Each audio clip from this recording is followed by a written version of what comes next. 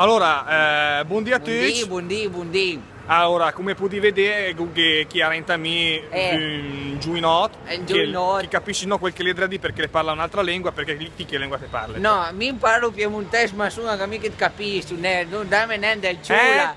No, dimmi neanche su un ciula perché mi capisco. Allora, le char che se capisci un no, perché mi capisci in agode quel che le no, di lui. Allora fai è un po' un problema. No, però è che skill fa pensare il problema dell'Italia, che tutti sti dialetti. Che si capisci un tra loro. Che si capisce un no. Te dico cos'è, scusa?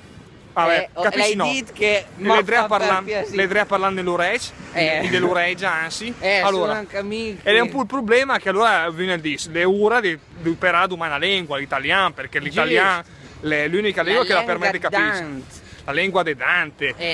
Dante. Dante. Ho sentito qualcosa Dante alle italiane, Dante alle proprie fiorentine.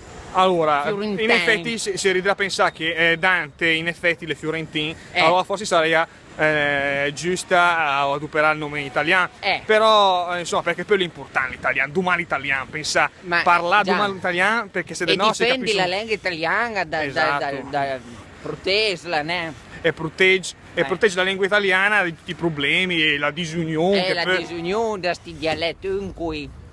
Allora, mi sono cosa le tre di proprio, ho capito ma pensi che siamo d'accordo perché fu una foto al grattacielo lì, allora vedi che le tre operano la fotografica, dunque forse le tre fa le fotografie non capisci dal gesto perché sì, ma perché il gesto? Perché se de no a parlare si capisce un minchia ormai le chat sti sono proprio gutturali ormai le chare comprendi come se a capire, comprendete? Nessuno. Allora, la domanda la giri anche a Violter. Già. E rispondimi anche della vostra lingua. Rispondi? No, anzi, rispondimi in italiano perché mi capisci domani l'italiano o il milanese. Però se domani il milanese deporta Tusa, deporta Vittoria. Perché se leggiamo milanese deporta Venezia o deporta Romana, mi capisci una cosa. Per cortesia, bitet con la tradizione a piemontese perché vorrei lesere con me una lingua che scapissa e neanche casca e capissa. Perché poi ne rende sconto che il dialetto cambia da città a città, paese a paese. Da burgia, da persona a persona, da famiglia a famiglia.